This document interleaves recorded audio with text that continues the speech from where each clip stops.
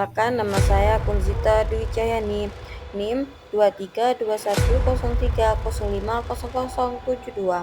Mata kuliah Psikometri, Prodi Psikologi Islam, dosen pengampu Bapak Yusuf Ahadianto, SPSI, MSI.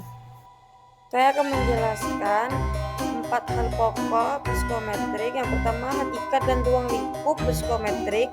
Yang selanjutnya, sejarah dan perkembangan psikometrik. Selanjutnya, konsep dan skala pengukuran psikologis. Dan yang terakhir, konsep dan faktor reliabilitas.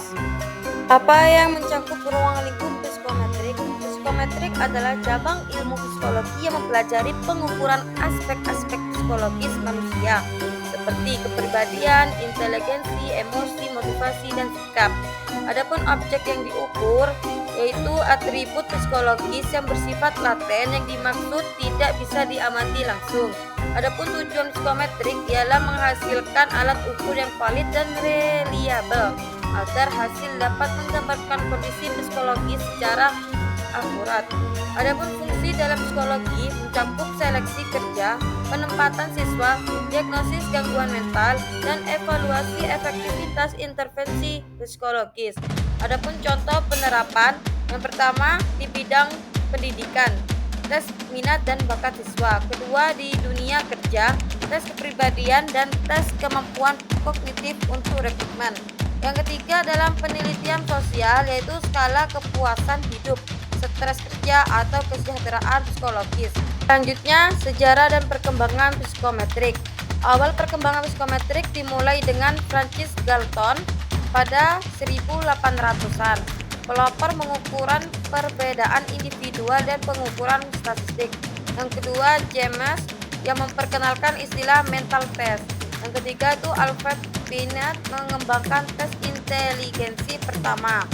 Yang terakhir, Charles Sperman menemukan konsep faktor G dan mengembangkan analisis faktornya. Adapun perkembangan teori pengukurannya yaitu teori tes klasik yang dimaksud dengan CTT berfokus pada skor total dan kesalahan pengukuran secara global. Yang kedua itu tes modern yang dimaksud dengan IRT menilai karakteristik tiap tim soal dan memberikan hasil yang lebih akurat, terutama dalam computerized adaptive testing yang dimaksud dengan CAT. Selanjutnya, konsep dan skala pengukuran psikologis yang dimaksud berbeda dari fisik karena pengukuran konstruk abstrak seperti kecemasan, motivasi, atau kepuasan, bukan objek nyata seperti tinggi badan. Ada 4 jenis skala pengukuran dalam psikologi. Satu, nominal, itu pengelompokan tanpa ukuran. Contohnya, jenis kelamin, jurusan kuliah. Yang kedua, ada ordinal, ada urutan tetapi tanpa jarak dan pasti. Contohnya, seperti ranking prestasi siswa. Dan yang ketiga itu interval, ada urutan dan jarak sama, tapi tidak ada nol mutlak, yaitu contohnya skor, IQ, skala stres, dan akademik. Yang keempat, rasio, memiliki nol mutlak, contohnya waktu reaksi dalam detik. Adapun contoh aplikasiannya yang seperti skala stres akademik mahasiswa yang dimaksud dengan interval. Yang kedua itu skala motivasi belajar yang dimaksud dengan ordinal atau internal.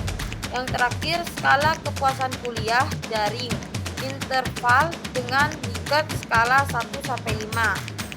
Konsep dan faktor reliabilitas. Reliabilitas adalah tingkat konsistensi atau kestabilan hasil pengukuran alat tes psikologi. Alat ukur yang reliable akan menghasilkan yang sama bila diulang dalam kondisi serupa.